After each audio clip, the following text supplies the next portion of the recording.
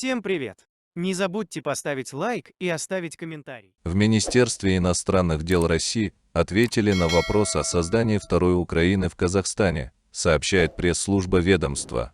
Хотелось бы еще раз подчеркнуть, что несмотря на все козни противников дальнейшего развития российско-казахстанского союзничества, продолжаем с партнерами работу над укреплением многопланового двустороннего взаимодействия, чему способствует и то, что в отношениях с дружественным Казахстаном, в отличие от, как они себя гордо самоименуют, цивилизованного западного мира, мы не вмешиваемся во внутренние дела республики, действуя в соответствии с уставом ООН, а также общепринятыми принципами и нормами международного права, говорится в опубликованных на сайте МИД подготовленных ответах к пресс-конференции министра Сергея Лаврова.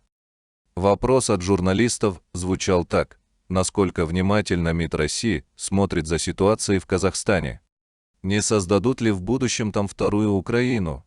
В ведомстве отметили, что Россия и Казахстан – близкие соседи, связанные многолетней историей дружбы и доверия. Не случайно сегодня отношения находятся на уровне стратегического партнерства и союзничества. Поэтому вполне естественно, что российские и казахстанские власти тесно взаимодействуют для решения общих насущных проблем, отмечено в информации. Также в МИД РФ обратили внимание, что они видят понимание наших властей, что использование национальной карты во внутренней политике опасно тем, что ситуация может легко выйти из-под контроля.